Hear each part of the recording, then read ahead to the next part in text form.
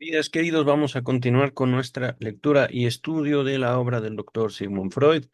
Estamos en el proyecto de psicología para neurólogos, segunda parte, capítulo 4 o fascículo 4, artículo 4. No me acuerdo cómo lo llama el mismo texto. Así está escrito.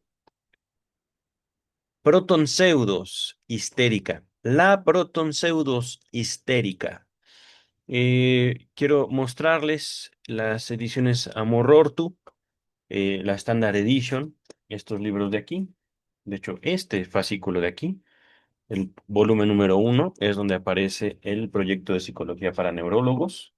Y en esta edición que estamos revisando de la traducción Luis López Ballesteros, que estamos ahorita leyendo las dos o mostrando las dos traducciones al mismo tiempo en pantalla, la ponen así. Ajá. Que es, digamos, como lo escribió literalmente Sigmund Freud. Eso es lo que nos dice la nota número 13 de la Standard Edition. Ajá. Estas palabras aparecen en letras latinas, es decir, griegas, ajá, en este título, pero en letras griegas en el de la sección siguiente. Se nos da a ambos en letras griegas. La expresión procede de Aristóteles, primeros analíticos, el texto de Aristóteles, primeros analíticos, que yo creo que sería también bueno abordar a Aristóteles en otro momento, pero dice James Strachey, obra que se ocupa de la teoría del silogismo, ahorita vemos que es un silogismo, posteriormente incluida en el organón. La proton pseudus es una premisa mayor falsa en un silogismo, que da como consecuencia una conclusión falsa. Ajá. Premisa falsa, premisa mayor falsa, igual a conclusión falsa. Anderson demostró que el médico vienés Max Hertz había empleado esa frase dentro de un contexto similar en una monografía suya leída ante la sección de neurología de un congreso científico realizada en Viena en 1894. Freud era secretario de esa sección. Era Freud un estudiante de neurología en ese momento entonces. Ajá. Véase la carta 16 del 7 de febrero de 1894. No recuerdo si esta carta está en la Standard Edition, en el volumen 1 que les acabo de nombrar. Ahorita regresamos a la traducción que estamos estudiando. Protonpseudus cita en el órganon de Aristóteles, usado por Freud en este capítulo, que se trata de las premisas falsas, llegan a conclusiones falsas. Ajá. Según James Strachey, lo que acabamos de leer. Ajá. Sin más, recordemos, podemos entender también así este planteamiento. Mm, la premisa falsa de la histeria o la premisa falsa que lleva a la histeria. Ajá. Dice el doctor Sigmund Freud, como hemos visto, la compulsión histérica se origina por un tipo particular de movimiento cuantitativo, ahorita hablamos de esto, o simbolización que probablemente sea un proceso primario, dado que es fácil demostrar su intervención en el sueño. Nota 180. Vamos a ver la nota y regresamos a eso que acabamos de leer para desmenuzarlo, para analizarlo. En lo que se refiere al proceso primario, consúltese el parágrafo número 15. Se los dejo en la descripción, queridas, queridos. Es así como se nombran estos capítulos. Yo los llamo capítulos. El texto o el traductor Luis López Ballesteros los nombra parágrafos. Ajá. El parágrafo 15 de la primera parte, que son creo que veintitantos parágrafos. Ajá. Ahora, proceso primario. Creo que valdría la pena, tal vez no leerlo todo, el parágrafo 15, pero sí al menos superficialmente. Como pueden ver, los parágrafos son relativamente cortos, pero consisten sí de una serie de afirmaciones, de una serie de fenómenos o planteamientos hechos por el doctor Sigmund Freud específicamente. Ajá. Aquí está. proceso primario y proceso secundario en lo psíquico. Estamos hablando de el sistema de neuronas impasaderas, que quiere decir el sistema de neuronas que ante la estimulación se transforman a ellas mismas y retienen la energía. Ajá. Retienen energía quiere decir aprenden. Ujú. Quiere decir justo son selectivas en la clase de energía que reciben y que dejan pasar o que no dejan pasar y que les sirve para transformarse a sí mismas. Ajá. Está menos en pantalla el parágrafo número 15. De todos modos, les dejo la lectura en la descripción de este video. Estamos hablando de que para este momento ya se habló de deseo. Ya se habló de estos mecanismos de formación de placer y displacer. Ya estamos hablando, digámoslo así, de un sistema, de una estructura, tal vez no directamente identificable en el psicoanálisis, pero sí un primer planteamiento que el doctor Freud modificaría para llegar a sus conclusiones principales en la interpretación de los sueños. Ajá. Todo esto ya lo vimos, lo están viendo en pantalla. Si quieren ustedes leerlo por su cuenta, por su parte, lo voy a simplemente desplazar para dar cuenta del texto que estamos abordando, que ya es la segunda parte del proyecto de psicología para neurólogos. Este parágrafo 15 fue parte de la primera, digamos, sección del proyecto de psicología. Miren, yo creo que podemos eh, tomar esto y seguir. Ajá. En presencia de inhibición por un yo cargado, un yo ya constituido, un yo que más o menos tiene definido lo que quiere y lo que no, en base a un principio de placer primitivo, digámoslo así, los signos de descarga perceptual sirven en términos muy generales como signos de realidad que la parte psíquica, la parte que retiene energía, ajá, el sistema de neuronas no pasadera, aprende a aprovechar por experiencia biológica. Si el yo se encuentra en estado de tensión de deseo, tensión provocada por un anhelo, ajá, en el momento en que surge tal signo de realidad, hará que la descarga se dirija en el sentido de la acción específica. Recordemos que incluso ahorita estamos hablando de proceso primario y secundario en lo psíquico, pero se está hablando de proceso primario y secundario desde casi el principio del proyecto de psicología para neurólogos. Hablamos de eh, un proceso primario biológico en el sentido que el organismo siente y descarga. Ajá. No estamos hablando propiamente de un proceso como se entiende en la psicología cognitivo-conductual de estímulo y respuesta. No propiamente. Es un estímulo que transforma al sujeto. Ajá. Y que poco a poco, o al menos podemos distinguirlo así, desde estos tiempos pre-psicoanalíticos hasta ya el psicoanálisis freudiano propiamente, eh, un algo que después entenderíamos como la psique, que a su vez forma una estructura que llamaríamos el yo, que se encargaría de mediar entre el sujeto orgánico y el medio social. Ajá. Lo voy a poner así porque no estamos aquí hablando de un ambiente propiamente, eh, ¿cómo decirlo? No estamos hablando de todo el mundo. Estamos hablando de las demandas específicas que recaen sobre un sujeto específico. Ajá. Y por supuesto, hablando de una acción específica. Ujú.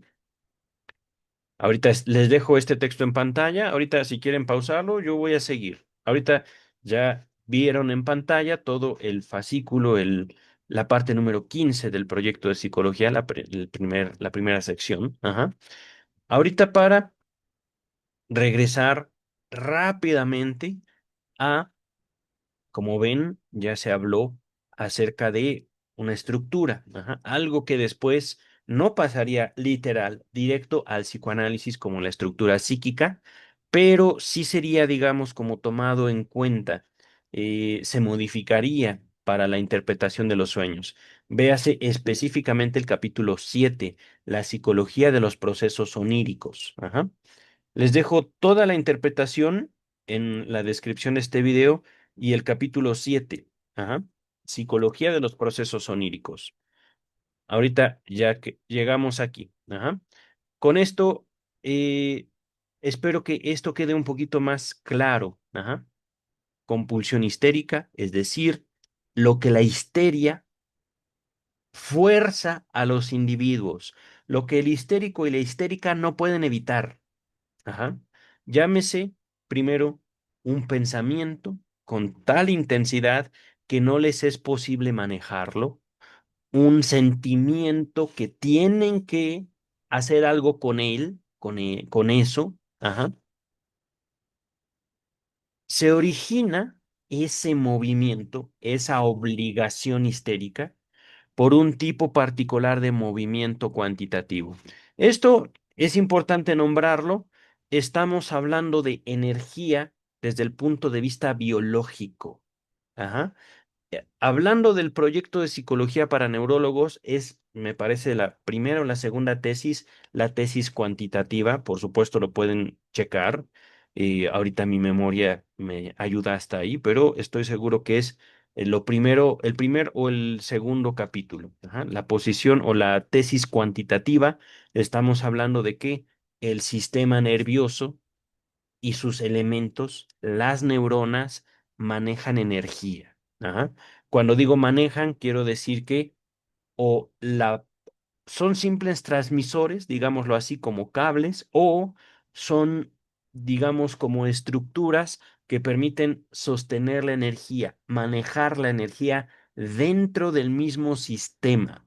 Ujú. Es decir, sistema nervioso, central o periférico. Ajá, que recordemos, desde los primeros videos hablamos de cómo se distribuyen las neuronas en todo nuestro cuerpo. Ajá. Aquí es importante. Movimiento cuantitativo igual a simbolización. ¿Qué quiere decir eso? Quiere decir una transformación. Ajá. Quiere decir, vamos a manejarlo así por el momento, un estímulo me llega, pero el estímulo no se queda como tal en mí, sino que lo transformo. Ajá. El ejemplo que podemos considerarlo como universal en la humanidad es el lenguaje, la construcción de símbolos. Ajá. Nosotros podemos ver esta palabra y esa palabra se compone por elementos individuales que llamamos letras. Esas letras están organizadas en un orden de forma tal que lo podemos leer. Ajá. Todo esto es un ejemplo de la simbolización y la simbolización es justamente un fenómeno humano. Ajá. No estamos hablando aquí, por ejemplo, de tanto el afecto, ajá, que podríamos entenderlo así como las, el afecto, las emociones, ya no solo como un fenómeno humano, sino como un fenómeno biológico. El afecto como una primera simbolización. Tú eres importante para mí, por lo tanto yo puedo decir que te amo. Ajá. Y eso podemos observarlo en otras especies, ajá, que forman vínculos. Ujú. Vamos ahorita a avanzar. Entonces hablamos del proceso primario como un proceso de descarga. Recuerden eso, acción específica. Ajá. No es solo comer por comer, es quiero una hamburguesa, quiero una pizza, quiero unos tacos, quiero la leche de mamá, quiero X, Y, Z. Esto del proceso primario nos separa, digámoslo así, del resto de especies biológicas, por cuanto se constituye un proceso primario, es decir, elegimos, es decir, construimos un deseo y nos transformamos a nosotros mismos con el afán de alcanzar ese deseo. Ajá. Fíjense, un comentario así y es apenas esta parte del texto. Ajá. Pero así es la lectura de Freud. no es simplemente bla, bla, bla, bla, bla, ahí está. Ajá. Sino no solo de qué se tratarían estos videos, sino de qué se trataría posteriormente tanto el psicoanálisis como las aberraciones, esas otras que hicieron los discípulos como Melanie Klein y otros. Ajá. Después de Freud, con excepción, por supuesto, de otros grandes lectores como el maestro Lacan. Dice el texto, vimos además que la fuerza impulsora de este proceso es la defensa por parte del yo. Ahorita vemos de eso de defensa, la cual, sin embargo, nada realiza en este caso que exceda la función normal. Ya hablamos, vieron ustedes el fascículo, ya no me acuerdo, ¿cómo le ponen? ¿Cómo le llaman? Parágrafo, ajá. El parágrafo 15, hablamos de una estructura, hablamos de una intención del aparato psíquico, quitarse la tensión, no la atención, la tensión de estar tenso. Ajá. El sistema entero, el sistema nervioso entero busca estar lo más tranquilo posible. Ajá. Esto posteriormente sería transmitido por el mismo doctor Freud al psicoanálisis como el principio de placer que se nombra desde la interpretación de los sueños. Ajá. Entonces, quitarse la tensión, quitarse, digamos, del estímulo, por decirlo de una manera general, ajá, porque no es nada más estímulo, sino que el estímulo ya significa para el sujeto orgánico cierto tipo de tensión, y eso no es, digámoslo así, inmediato, no es universal. Ajá. Repito, vimos que la fuerza impulsora de este proceso, el proceso primario, es la defensa por parte del yo. Ajá. La cual, sin embargo, nada realiza en este caso que exceda de la función normal, que supere la función normal. Ajá. Es decir, aquí estamos hablando de al menos dos sujetos humanos. Estamos hablando de sujetos humanos que se relacionan consigo mismo de forma tal que no tienen la necesidad de desarrollar síntomas histéricos. Para mayor referencia de los síntomas histéricos, véanse los dos videos anteriores del proyecto de psicología. Ajá. Bueno, les dejo todo el proyecto de psicología, hasta donde hemos leído ahorita con López Ballesteros y todo el proyecto de psicología con Ediciones Amorortu. Pero aquí es algo importante y es algo que espero también aprendan ustedes a disfrutar, queridas y queridos. Al menos teóricamente, hablamos de sujetos normales y sujetos neuróticos. Teóricamente. En la práctica, al menos desde un psicoanálisis freudiano, podemos mencionar cómo la neurosis es simplemente una forma más de adaptación humana a las condiciones que la misma civilización humana ha impuesto como condición básica de existencia humana. Tal vez he dicho mucho humano. Lo diré de otra manera. El doctor Sigmund Freud nunca fue un teórico de la salud mental. Ajá. Nunca dijo, aquí están las pruebas de que yo he curado a alguien. Eso nunca lo hizo Sigmund Freud. La cura en el psicoanálisis, la cura para Sigmund Freud era el establecimiento de la transferencia. Ajá. No era la eliminación de síntomas. Ajá. Entonces, ahorita estamos hablando dos sujetos hipotéticos, dos sujetos humanos teóricos, el neurótico y el normal, pero ya en la práctica no hay diferencia. Ajá. Podemos decir también, la neurosis es parte de la normalidad psíquica humana. Ajá.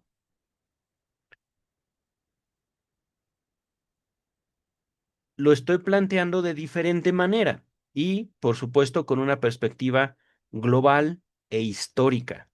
Ujú. Ustedes pueden cuestionarla, de hecho, invito a que la cuestionen. No es, digamos, que yo quiera ser digamos, algo así como un evangélico de la antipsiquiatría, no es eso.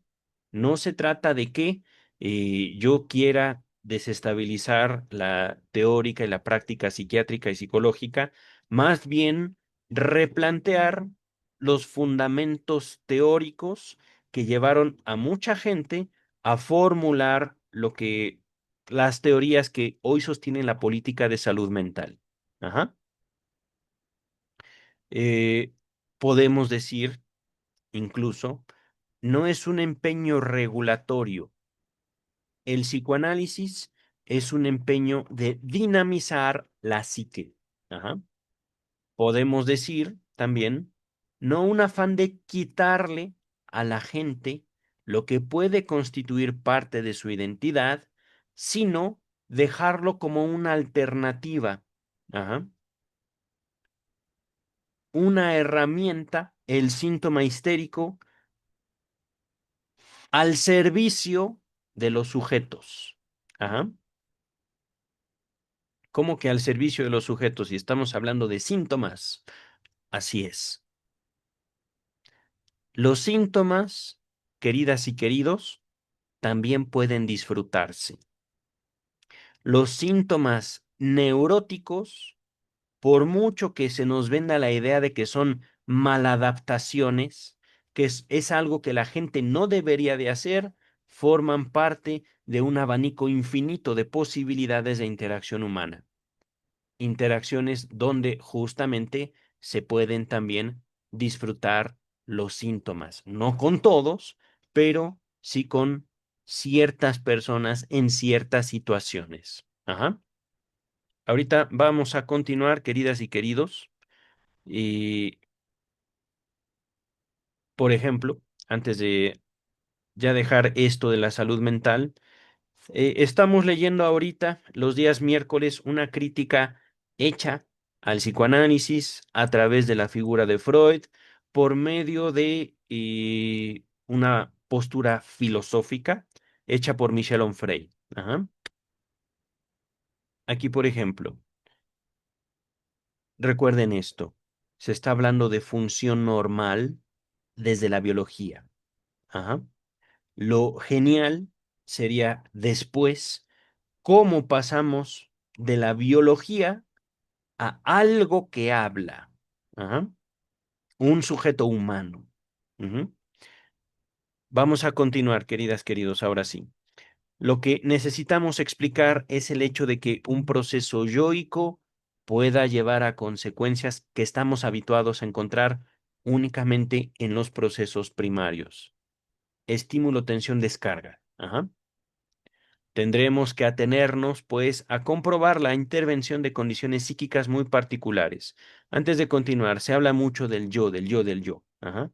Podemos también identificarlo como la parte consciente de la identidad. Aunque aquí esto de consciente no se lo tomen tan a pecho. Ajá. Estamos hablando de una identidad, aunque y ya en un sentido más bien psicoanalítico, la mayor parte del yo es inconsciente. Inconsciente. Ajá. Se limita a sentir y aún así, mucho de lo que siente, mucho de lo que genera, que pueden ser fantasías, pensamientos, etcétera,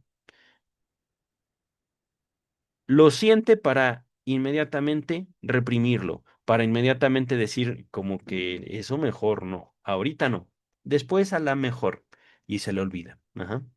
Y eso que reprime con relativa intensidad puede y suele tener vida propia, independizarse del yo y luego espantarnos por las noches. Dice el texto, tendremos que atenernos pues a comprobar la intervención de condiciones psíquicas muy particulares. La observación clínica nos enseña que todo esto solo ocurre en la esfera de la sexualidad, de modo que dichas condiciones psíquicas especiales quizá puedan ser explicadas derivándolas de las características naturales de la sexualidad. Eh, por costumbre, vamos a ver el mismo párrafo antes de avanzar en la Standard Edition. Ajá. Espero que esta lectura sea más rápida. Hemos averiguado que la compulsión histérica proviene de una peculiar variedad de movimiento de cantidad interna o la formación de símbolo, que probablemente es un proceso primario, puesto que se lo puede comprobar con facilidad en el sueño. Y hemos averiguado que la fuerza que mueve este proceso es la defensa del yo, que no obstante opera aquí algo que rebasa lo normal. Ahorita leemos la nota 14. Nos hace falta una explicación para esto, a saber, que unas consecuencias como aquellas a que nos tienen acostumbrados solo los procesos primarios advengan a raíz de un proceso yoico.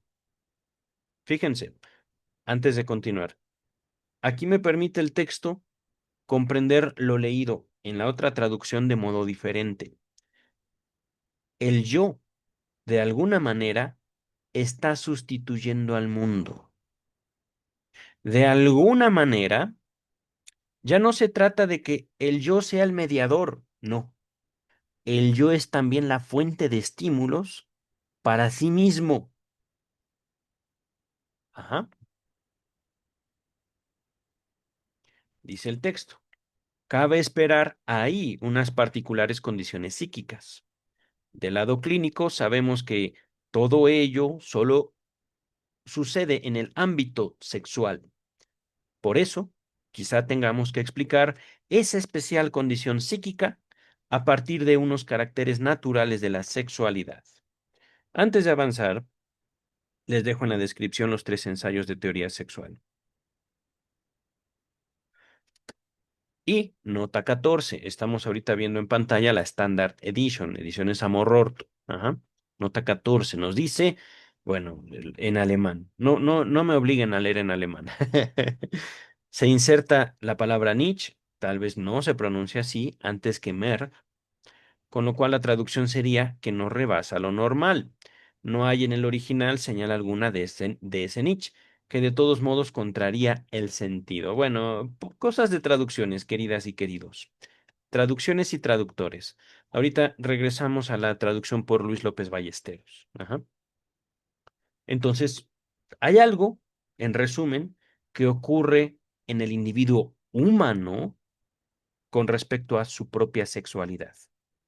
Y en esto tiene que ver algunas, entre comillas, condiciones psíquicas, así lo nombran los dos traductores, cosas que pasan en la mente de la gente.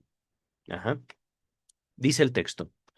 Ahora bien, normalmente existe en la esfera sexual una constelación psíquica particular que bien podría ser aplicable para nuestros fines y que, conocida por nosotros empíricamente, es decir, en la realidad, en la práctica, será ilustrada ahora por medio de un ejemplo.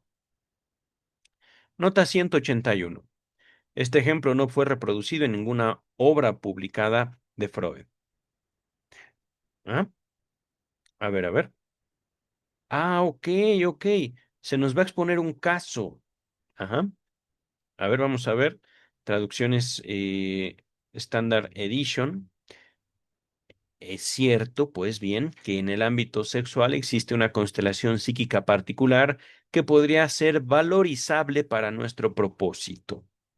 Elucidaremos esta constelación que nos es consabida por excelencia, perdón, por experiencia con un ejemplo.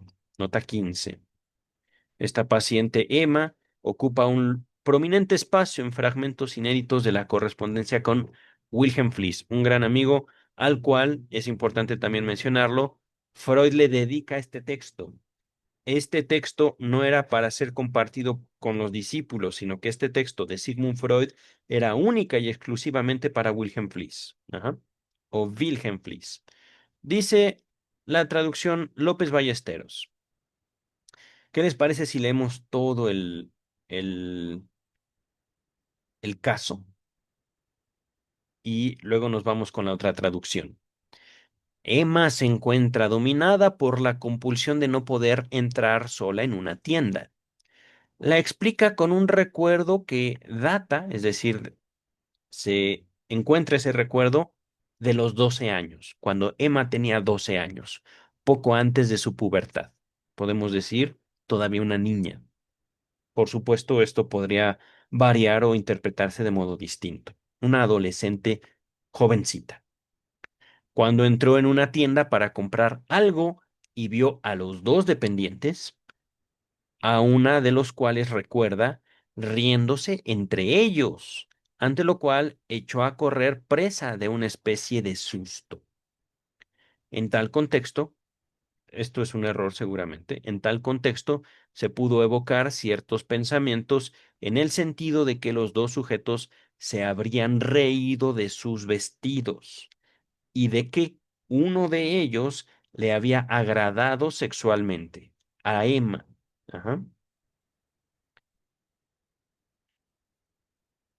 Un, enfatizo, un evento inocente, se están riendo ellos, pero que genera miedo específico.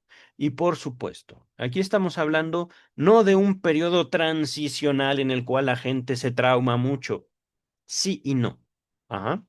Estamos hablando de la configuración específica de cada trauma. Queridas y queridos, sé que muchos de mis escuchas son psicólogos, psicólogas. No tomen esto como una receta. Ay, es que seguramente entraste a una tienda y te espantó ver que alguien se reía. No. Indaguen. El psicoanálisis no se conforma en ningún momento como una receta. Ajá. Como un uno más uno son 2, sino más bien como un X más Y multiplicado por la raíz cuadrada de alfa, y tienen que indagar todo ello, X, Y y alfa, igual a una risa. Ajá. La risa que el paciente o la paciente les hacen a ustedes o evidencian frente a ustedes. Ajá.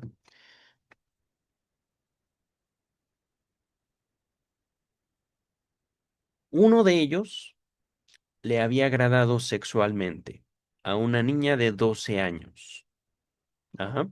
Una jovencita de 12 años. Primera experiencia de agrado sexual, seguramente no. Lo más probable es que no, queridas y queridos.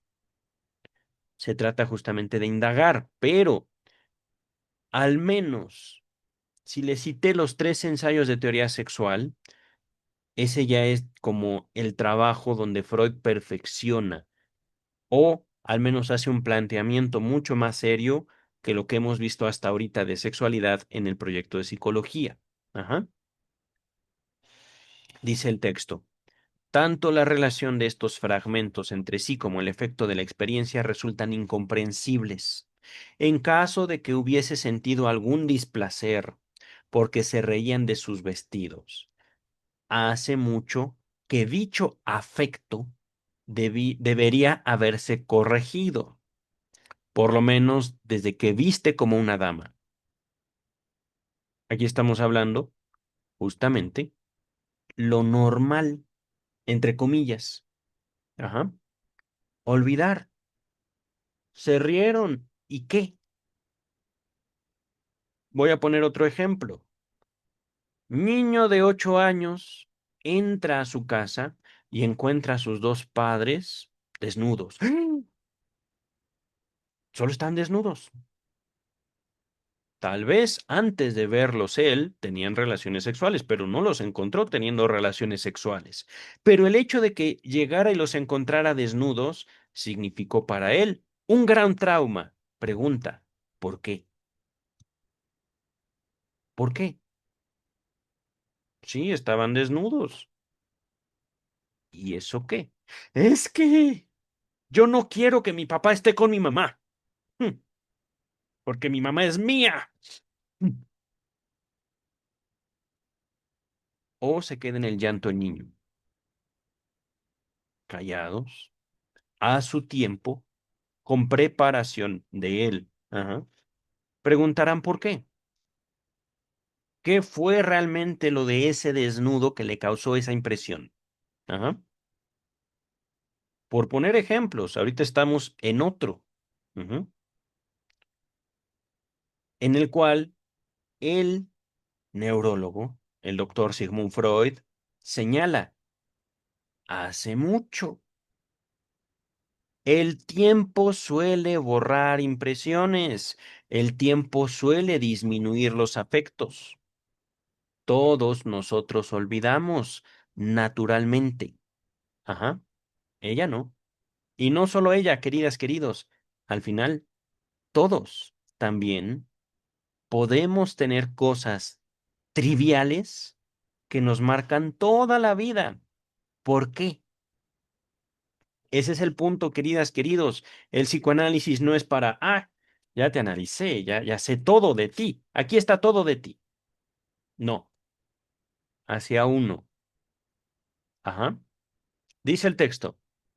Además, nada cambia en que sus vestidos, nada cambia en sus vestidos el que entre en una tienda sola o acompañada. Ese es un dato importante también.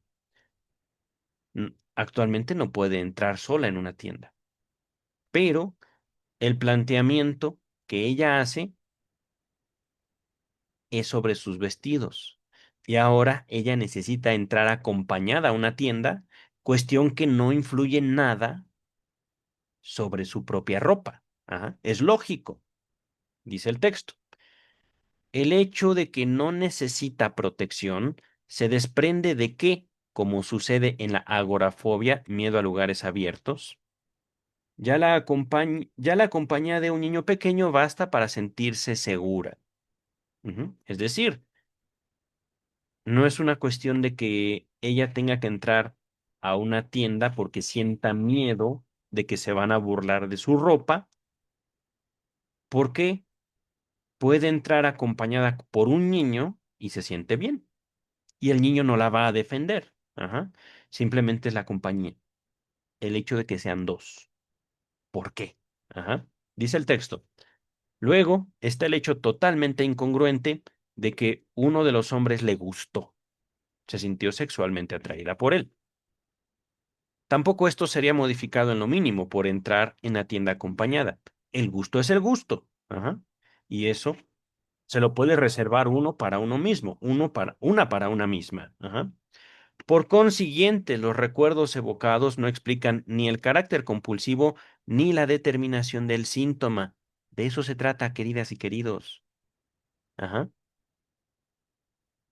Llegar a esta clase de planteamientos y ver por qué lo que la histeria pide, podemos decir, no tiene sentido. Sí lo tiene, pero es específico.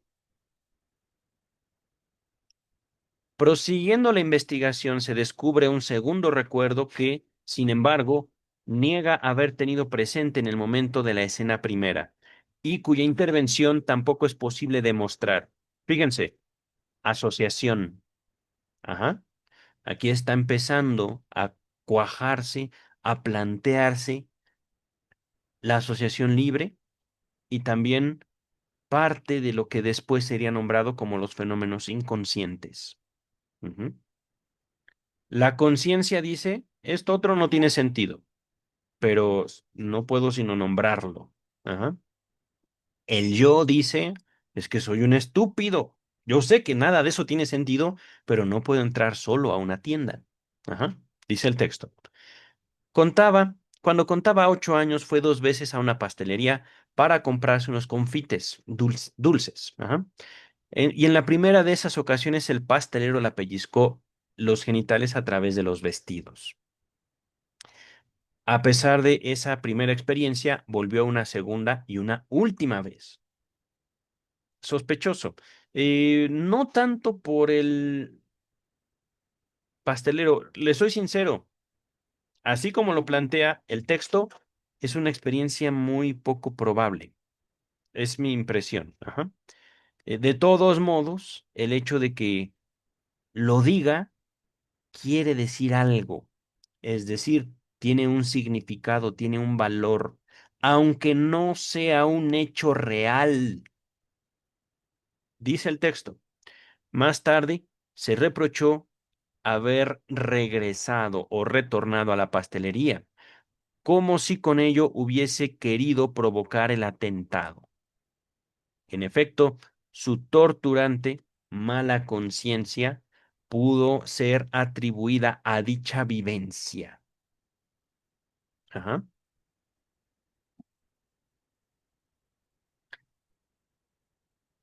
sí, no leí mal. 8 años, 12 años. Ajá.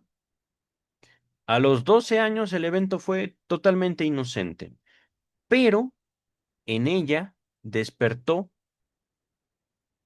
no el trauma, sino el gusto, que también podemos nombrar como trauma. Ese es el punto, queridas, queridos. No se trata de quitar todos los traumas, no se trata de liberar a la gente como básicamente sería un exorcismo, no.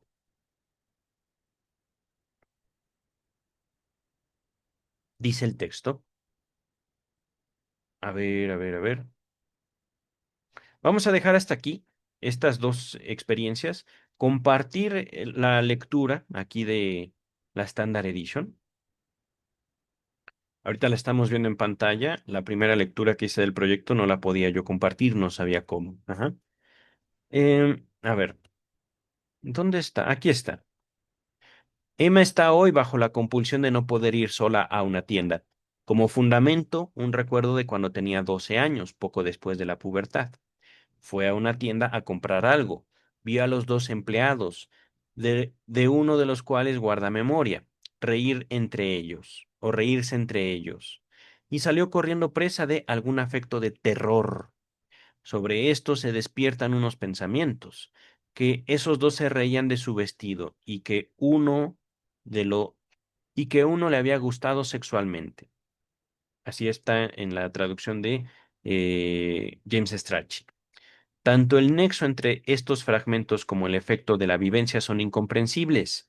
Si ella ha sentido displacer a causa de que se rieran de su vestido, cosa que fue una atribución de ella, si se fijan, es algo que nace de ella, hace tiempo que eso por fuerza estaría corregido, desde que viste como una dama. Y nada cambia en sus ropas por el hecho de ir a la tienda sola o acompañada. Que no es mera protección lo que necesita, se infiere de que, como en una agorafobia, basta que la acompañe un niño para sentirse segura. Y es algo totalmente inconciliable que uno le gustara. Tampoco cambiaría esto si fuera acompañada. Por tanto, los recuerdos despertados no explican ni la compulsión ni el determinismo del síntoma. Aquí entonces se está nombrando el síntoma es creado por el neurótico, iba a decir el enfermo, es correcto. Ajá.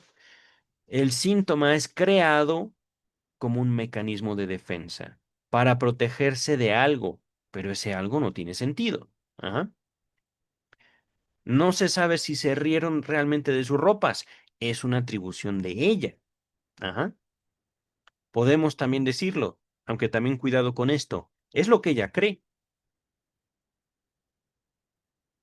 Pero no es totalmente una creencia, es para ella una realidad. Así ella se lo explica. Ellos se están riendo de mi vestido. Ajá. Cuando simplemente reían. Esta atribución, queridas y queridos, no podemos decirlo, el proton pseudos, ajá, una premisa falsa, no es tan falsa. Ajá.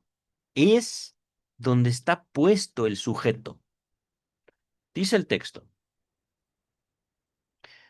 La exploración ulterior descubre un segundo recuerdo que Emma pone en entredicho haber tenido en el momento de la escena, de la escena 1. Emma pone en entredicho. ¿Cómo se pone? ¿Cómo está eso ahí? A ver.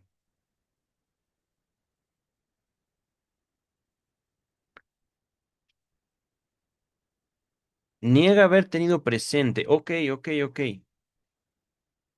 Prosiguiendo la investigación, Emma menciona un recuerdo que en el momento de la escena uno ella no tenía presente. Ajá. Este recuerdo viene a raíz de la indagación, a raíz de la exploración. Ajá. ¿Qué se le ocurre con eso? Ah, bueno, esto yo no lo pensé al momento de entrar en la tienda, pero cuando era chiquita tenía 8 años y ¡pum! Ajá. Viene este recuerdo ya en un ambiente, digámoslo así, seguro, en un ambiente otro. Ajá. Tampoco hay nada que compruebe esto último. Siendo una niña de 8 años, fue por 2 veces a la tienda de un pastelero para comprar golosinas y este caballero le pellizcó los genitales a través del vestido. La pregunta es, queridas, queridos, ¿cómo habrá sido ese vestido para que ese acto hubiera sido posible? No obstante, la primera experiencia acudió allí una segunda vez. Luego de la segunda, no fue más. Ahora bien, se reprocha haber ido por segunda vez, como si de ese modo hubiera querido provocar el atentado. Ajá. De hecho, vale reconducir a esta vivencia un estado de mala conciencia oprimente, es decir, mala Emma, mala yo. Yo fui porque soy mala. Fui 2 veces. Podemos decir culpa. Oh, qué caray. Mm, Me hablaban de Ontario, Canadá, claro.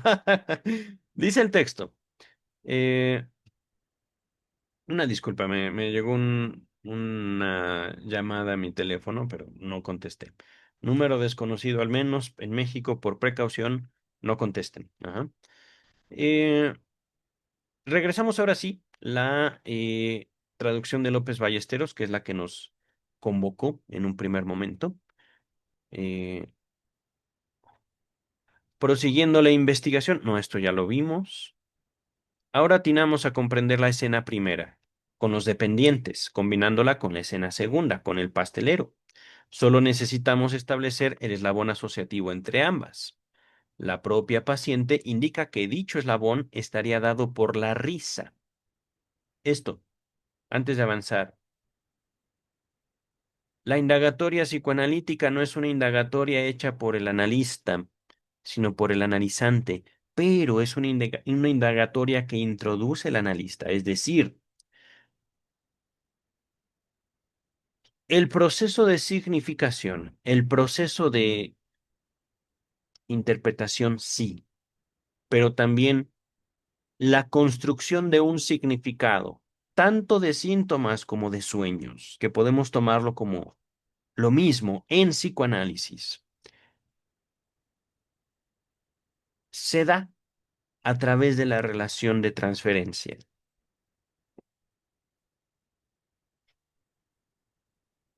El analista parte, digámoslo así, de que el ser humano se constituye en una relación inconsciente, ajá, no señalando lo inconsciente como lo malo o lo bueno, simplemente es lo natural en lo humano, lo inconsciente, ajá.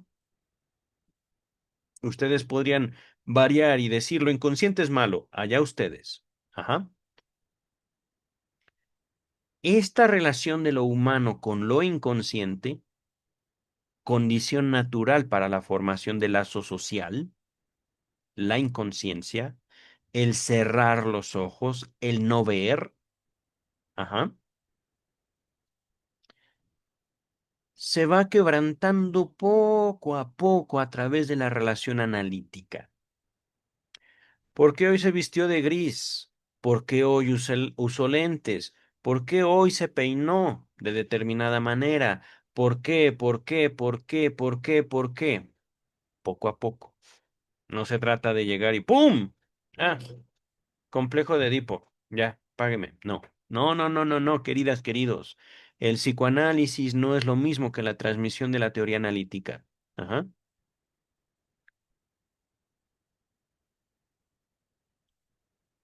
Aquí estamos viendo el nacimiento del psicoanálisis.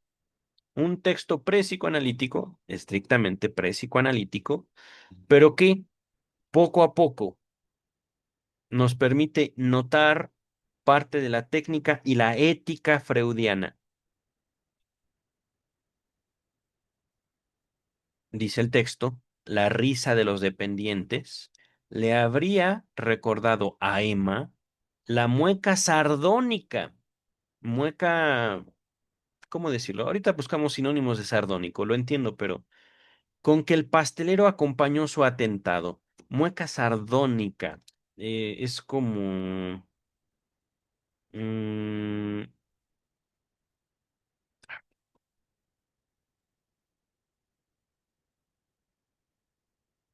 sardónico. Se refiere a un humor despectivo y sarcástico o a una sonrisa forzada y convulsiva. Uh, Despectivo y sarcástico. Ajá. Miren, posiblemente sí pasó algo con un pastelero. Posiblemente. No sabemos realmente qué, queridas, queridos. Ahora, dice el texto, podemos reconstruir todo este proceso de la siguiente manera. Los dos dependientes se ríen en la tienda y la risa le evoca inconscientemente el recuerdo del pastelero. Inconscientemente quiere decir, ella no lo sabía, pero eso pasó. No, no el evento del pastelero, sino simplemente la asociación risa igual a miedo. Ajá. Y fíjense, es curioso. Ella misma dice, si tuve miedo, ¿por qué regresé dos veces? Mala yo. Ps. Ajá.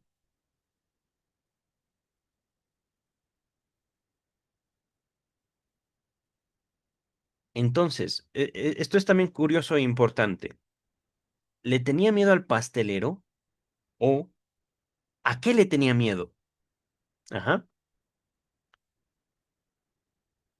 La segunda situación tiene otro punto de similitud con la primera, pues una vez más se encuentra sola en una tienda.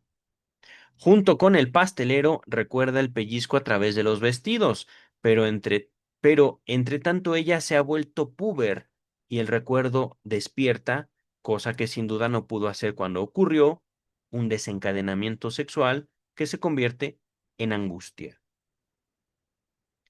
Esta angustia le hace temer que los dependientes puedan repetir el atentado y se escapa corriendo. Ajá.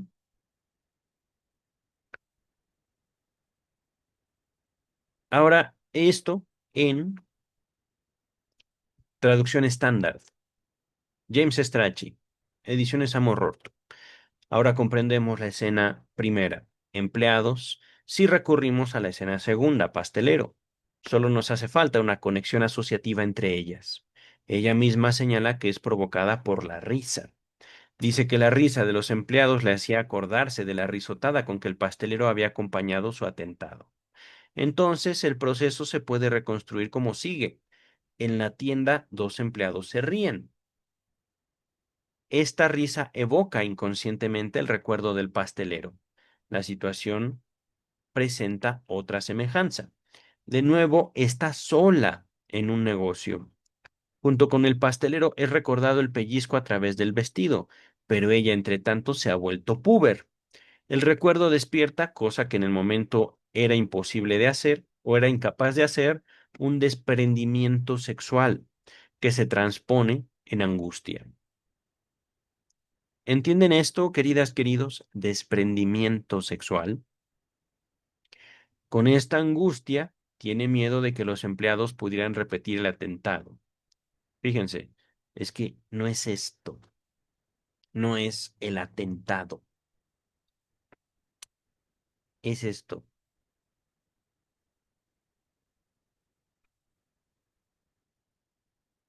¿Qué quiero decir con que no es el atentado, no es repetir el atentado?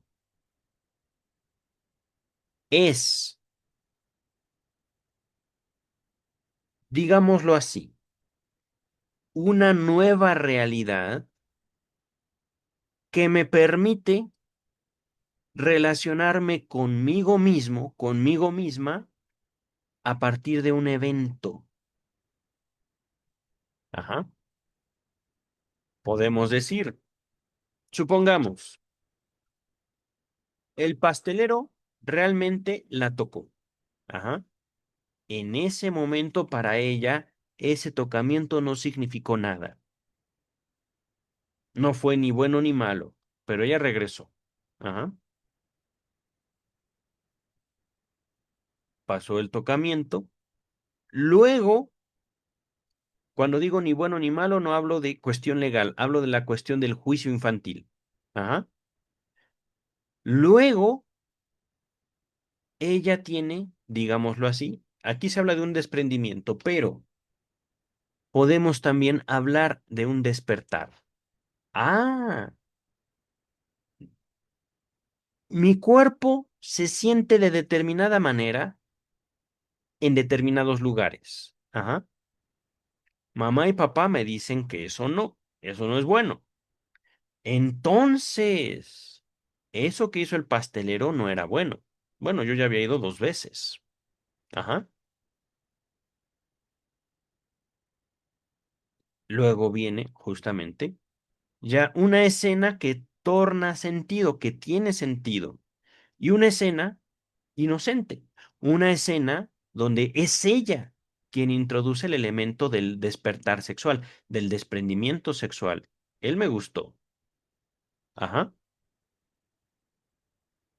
Dice el texto, López Ballesteros, es evidente que aquí nos hallamos ante dos clases de procesos y que se intrincan, se relacionan mutuamente y que el recuerdo de la escena 2 con el pastelero se produjo en un estado distinto al de la primera.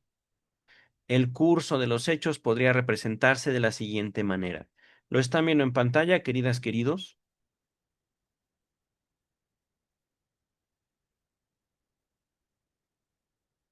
Estamos aquí hablando del el primer evento. Ajá. Se relaciona con el segundo a través de la risa. Ajá. Y recordemos, este segundo evento tuvo lugar temporalmente antes que el primero. Y en ese momento en el que ocurre el segundo evento, el del pastelero, los hechos tenían otro significado para ella, para Emma. Ujú.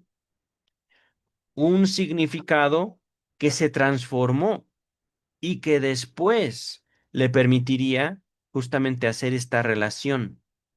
Risa igual a mal. Estos dependientes se reían de cualquier cosa, pero ella dice, se están riendo de mis vestidos. ¡Ah! ¡Pum! Todo. Vestidos igual a todo esto.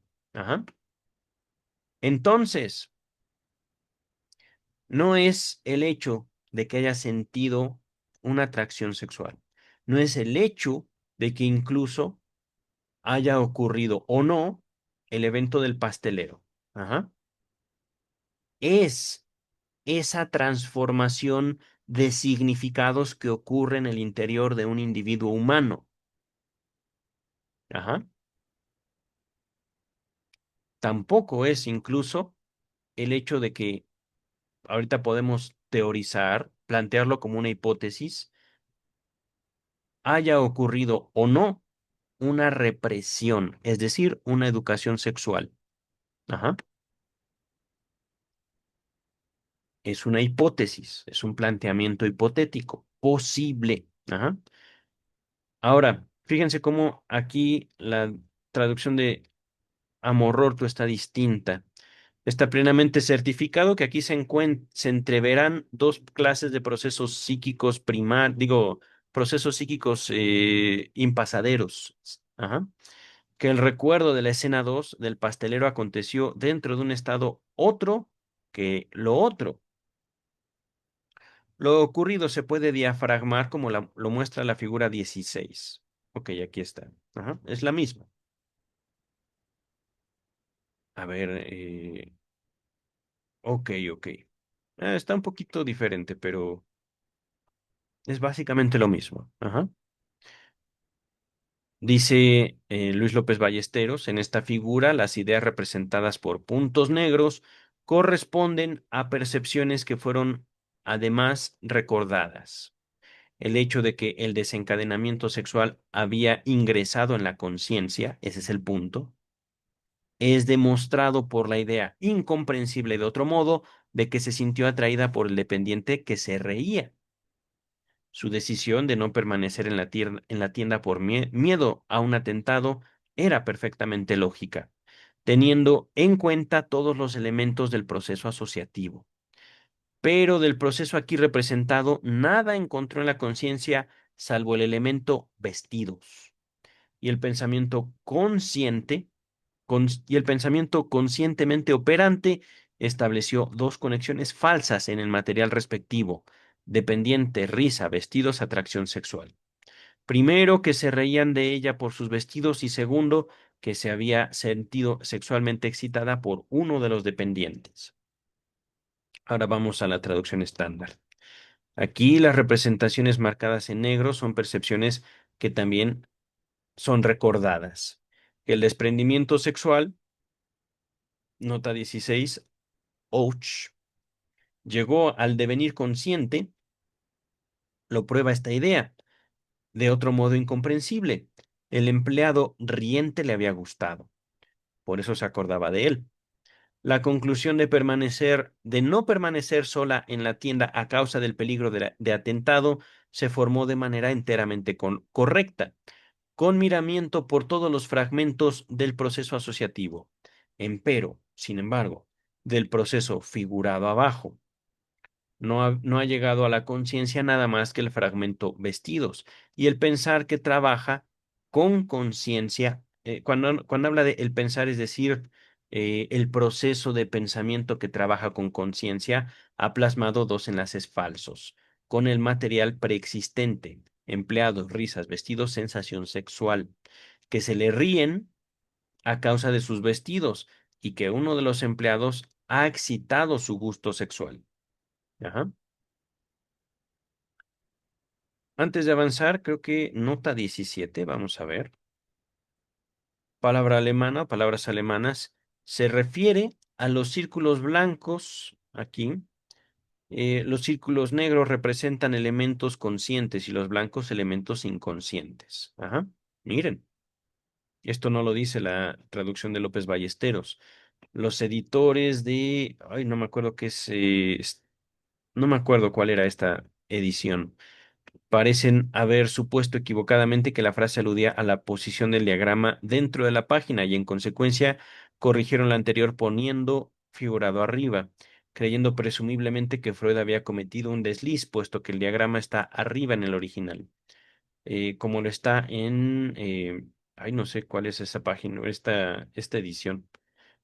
Luego lo vemos, queridas, queridos. Ahorita creo que lo importante es el diagrama y sin duda la elaboración de Freud.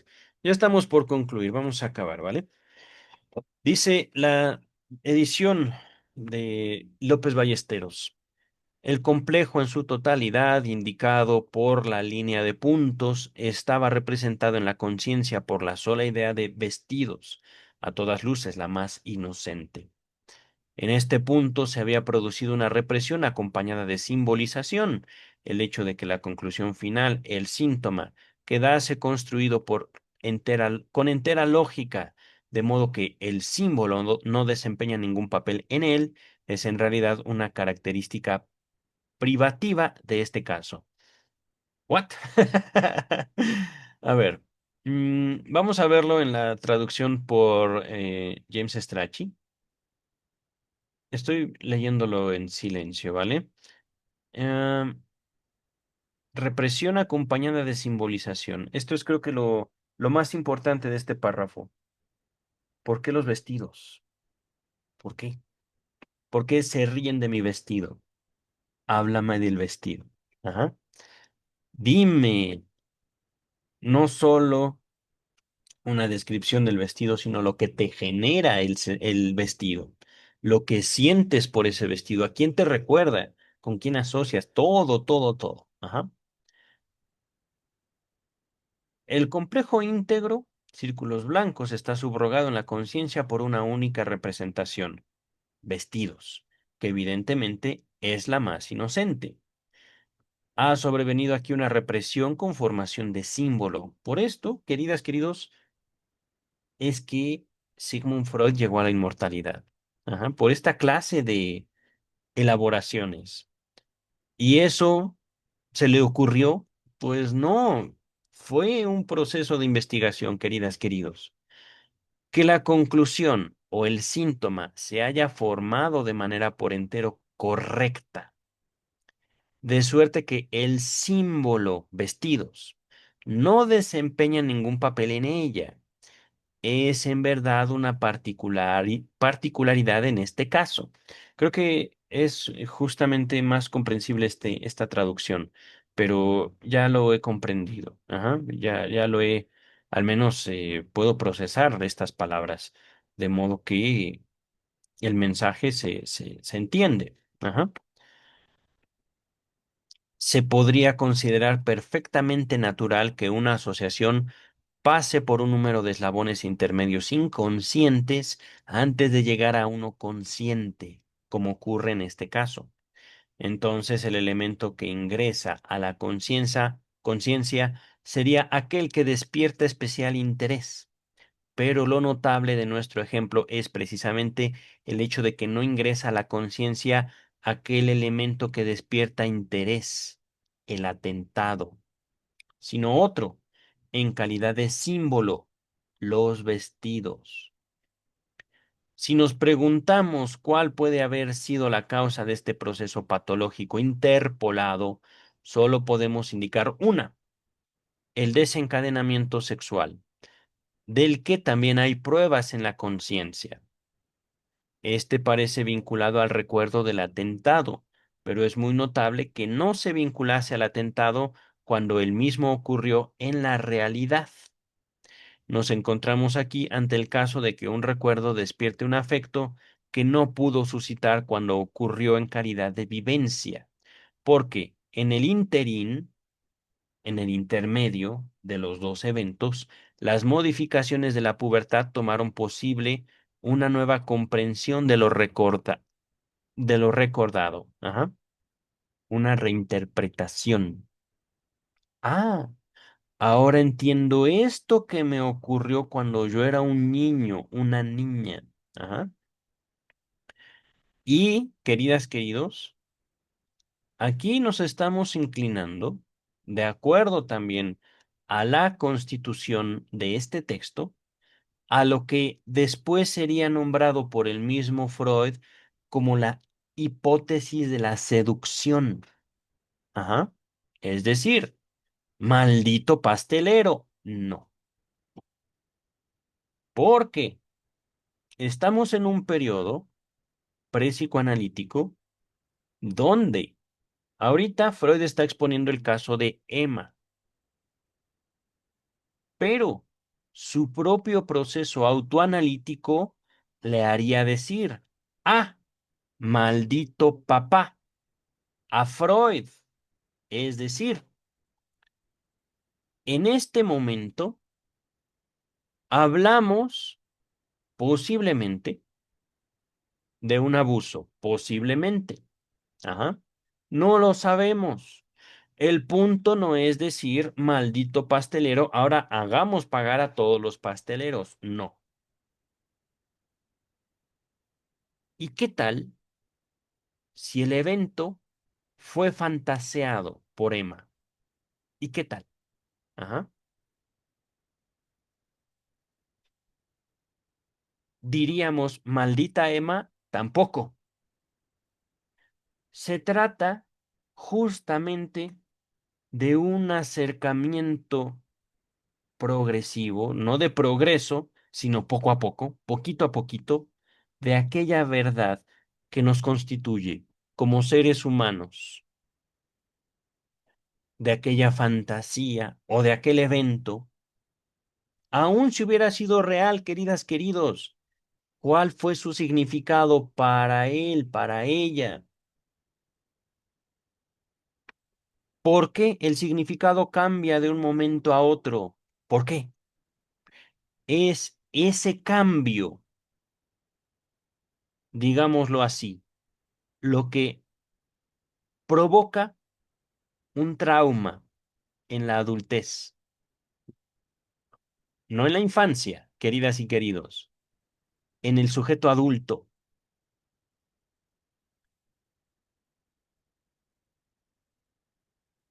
Es, ¿cómo decirlo?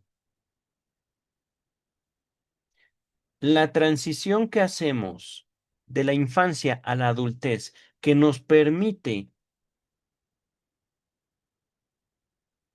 ¿cómo decirlo? Replantearnos lo que como adultos entendemos como trauma. Ajá. Vamos a terminar ahorita la traducción de López Ballesteros y continuamos con la Amorortu, la Standard Edition. Ahora bien, este caso es típico de la represión que se produce en la histeria. Siempre comprobamos que se reprime un recuerdo, el cual solo posteriormente llega a convertirse en un trauma. El motivo de este estado de cosas radica en el retardo de la pubertad. Con respecto al restante desarrollo del individuo, nota 182. El ulterior descubrimiento de la importancia de la sexualidad infantil por Freud no invalidó todo este concepto, que señala la carga o catectización regresiva del material infantil en el curso de la pubertad, es decir, fuimos niños, fuimos niñas, infantes, vivimos el mundo y nos divertíamos, teníamos gusto por hacer las cosas. Ajá. Luego vino la pubertad y ese momento entre la infancia y la pubertad nos permite replantear muchas cosas. Ajá. Entre ellas, nuestro lugar en el mundo humano, lo que hacemos, lo que vivimos, lo que sentimos, y decimos, quizá esto que yo hago, siendo niño, no era tan bueno. Ajá. Pude haberle hecho daño a alguien, pero éramos niños. Ajá. Estábamos jugando. Avanza el tiempo. Como adultos, ya no nos relacionamos de forma, por un lado, inocente, por un lado, espontánea con la vida, sino más bien nos hacemos hipócritas. Ajá. Por decirlo de una manera. Y esa hipocresía justamente nos lleva, como adultos, a negar el gusto por la vida. Ajá. Cosa que los niños no tienen. Los niños fácilmente disfrutan de la vida. Ajá. Fácilmente pueden vivir sin traumarse. El adulto no. El adulto en todo ve trauma. Sí, porque amaste, porque amaste. Porque no amaste, porque no amaste. Ajá. De ahí la imposibilidad de la salud mental. Justamente por esta diferencia, esta separación entre la psicología infantil y la psicología de adulto. Ajá. Ahorita regresamos a eh, la traducción estándar y finalizamos este texto, ¿vale? Una página ya. Uno podría decir, es totalmente habitual que una asociación pase por eslabones intermedios inconscientes hasta llegar a uno consciente, como aquí acontece. Nota 20. Eh, Miren, esto se los dejo en la descripción antes de leer la nota 20. Están viendo esta, digamos, forma de interrumpir las lecturas. A mí no me gustaba, de James Strachey, pero hay veces que sí es ilustrativa. Eh, Sobre la nota 19 está nuevamente hablando del diagrama. Eh,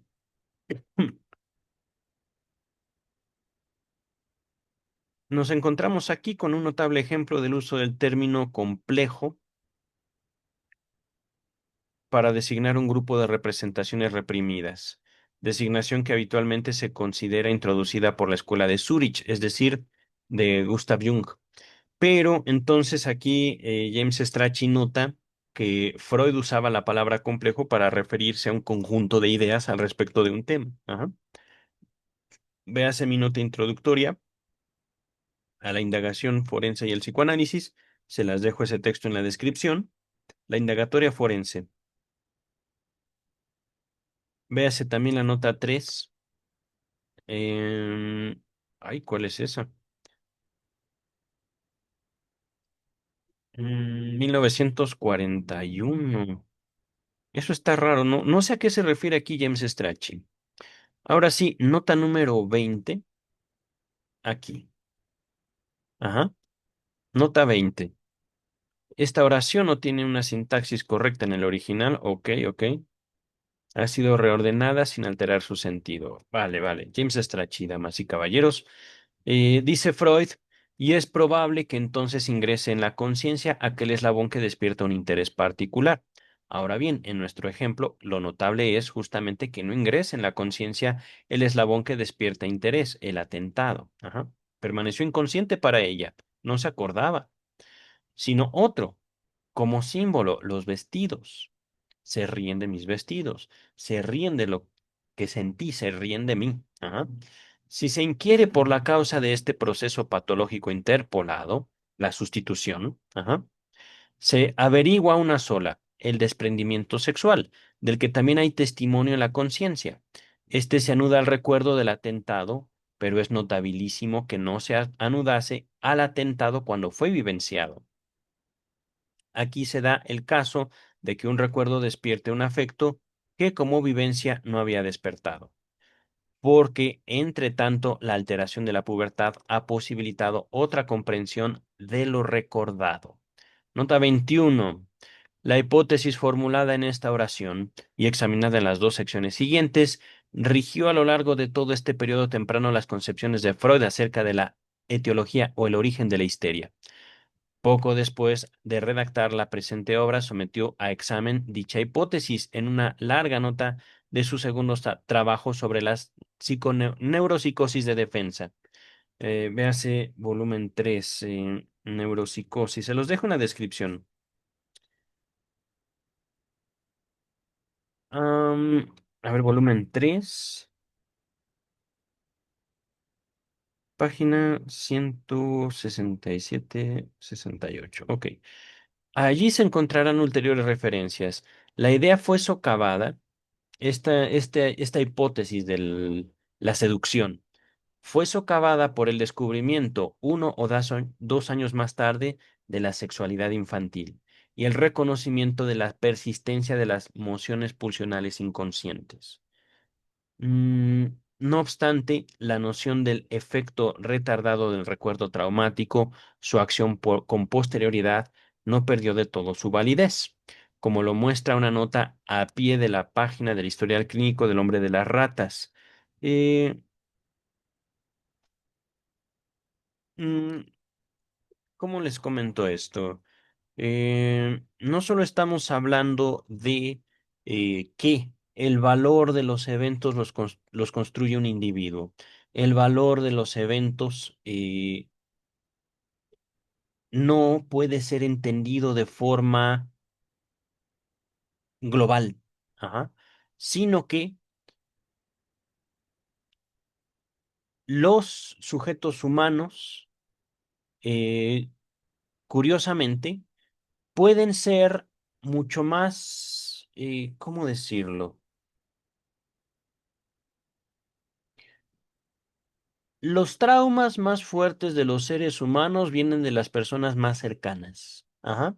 Los traumas de los seres humanos suelen no ser algo malo, sino justamente eventos que van marcando una cohesión. al interior, digámoslo así, del alma humana. Ajá. Y estos traumas suelen ser, ¿cómo decirlo? Manejados por los infantes humanos de forma tal que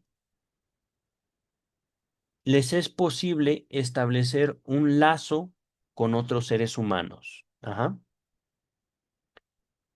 Por esto es importante la lectura de Freud, queridas, queridos, porque eh, es importante acercarnos a la figura humana teniendo en consideración, por ejemplo, que un niño o una niña podrían tener un trauma relativamente fuerte o severo por el hecho de que papá o mamá ese mismo día no los saludó en la mañana, no los saludó. Ajá. Se levantaron, vieron a papá y a mamá, papi, mami. Ah, estaba al teléfono, ¿no? Y los niños se sienten. Y los niños dicen, ya no me quiere. Es que anoche yo estaba haciendo cosas malas. Ajá. Y los niños atribuyen significado a eventos cotidianos, triviales, irrelevantes, pero que son ellos quienes los hacen relevantes. Ajá. Dice el texto. Pues bien, este caso es típico para la represión en la histeria. Donde quiera se descubre que es reprimido un recuerdo que solo con efecto retardado, esta palabra se repite en toda la obra de Freud, Nachträglich, ha devenido trauma. Causa de este estado de cosas es el retardo de la pubertad respecto del restante desarrollo del individuo. Queridas, queridos, terminamos este cuarto parágrafo, me parece, de el proyecto de psicología para neurólogos. Queridas, queridos, ya se me está, es un día nublado aquí en la localidad donde estoy. Eh, pero, mm, mm, ¿cómo les explico? Es que se trata, queridas y queridos, de que no se dejen ustedes dominar y entren en estados de ansiedad por las conformaciones en la sexualidad humana. Ajá. Eh, si algo garantiza incluso, podría decir, la supervivencia del psicoanálisis, no como una psicoterapia, sino más bien como un método de indagación, es justamente la capacidad que tiene el psicoanálisis de distinguir qué es el sujeto humano, no el Estado, es el sujeto humano el que rige la atribución de significados. Ajá. Cuando digo que no es el Estado, quiero decir, hay procesos más importantes que la salud mental y, digámoslo así, que la atribución de justicia. Ajá. Estatal. El sujeto humano depende del sujeto humano. Yo dependo de mí. Ustedes dependen de ustedes. Y esto no quiere decir que seamos individuos aislados. Nos constituimos dentro no solo de núcleos urbanos, sino de grupos. Ajá. Grupos que, y aquí no estoy hablando de Estado, todo esto me lo inspira en la lectura que estamos haciendo de Leviatán de Thomas Hobbes. Grupos que eh, no tienen leyes, escritas propiamente. No estoy hablando aquí, repito, de estados. Estoy hablando principalmente de familias. Ajá. Estoy aquí hablando de cómo las familias, no solo papá y mamá, sino familias extensas, aquellos grupos que reciben a infantes en su seno, en su convivencia habitual, ajá, son los que determinan que un individuo humano se desarrolle o no. Ajá. ¿Esto quiere decir que la familia es mala? No, queridas, queridos. Justamente es, son esos primeros lazos, no solo los que determinan la clase de neurosis que va a imperar en la vida emocional de los diversos seres humanos, sino también las herramientas eh, con las cuales esos seres humanos van a sobrevivir. Es que, curiosamente, queridas y queridos, hablando de la neurosis ya desde un punto de vista más bien global, más allá del texto que estamos estudiando, la neurosis podría ser un paso, digámoslo así, de la evolución social del ser humano. Ajá. Mm, este comentario, voy a ir cerrando el texto. Bueno, lo dejo abierto porque si no me voy a... eh, ahorita lo van a ver, ya no me voy a... se me fue la luz natural y no prendí el foco antes de ponerme a grabar. Esta evolución social quiere decir la neurosis no solo sigue presente en la sociedad humana, sino que también es importante entre en consideración no como algo a eliminar en el ser humano, sino parte importante de el lazo social, parte fundamental del valor humano. Los neuróticos no necesariamente son gente inútil, peligrosa. Ajá. Los neuróticos, las neuróticas, pueden ser gente muy útil y comprometida, ajá, para los demás y por supuesto para ellos mismos. Pero para eso justamente hace falta una mayor difusión, no de terapias de salud mental, sino de la obra de Sigmund Freud, ¿vale? Nos estamos viendo, queridas, queridos, el próximo miércoles de Michel Onfray, Freud, el crepúsculo de un ídolo y viernes de vida y obra de Sigmund Freud. Ya estamos concluyendo ahora sí el capítulo 29, me parece, de la biografía oficial del doctor Sigmund Freud. Y ¡pup! Bueno, no se borró tanto, no está tan oscura la habitación después de todo. Bye, queridas y queridos.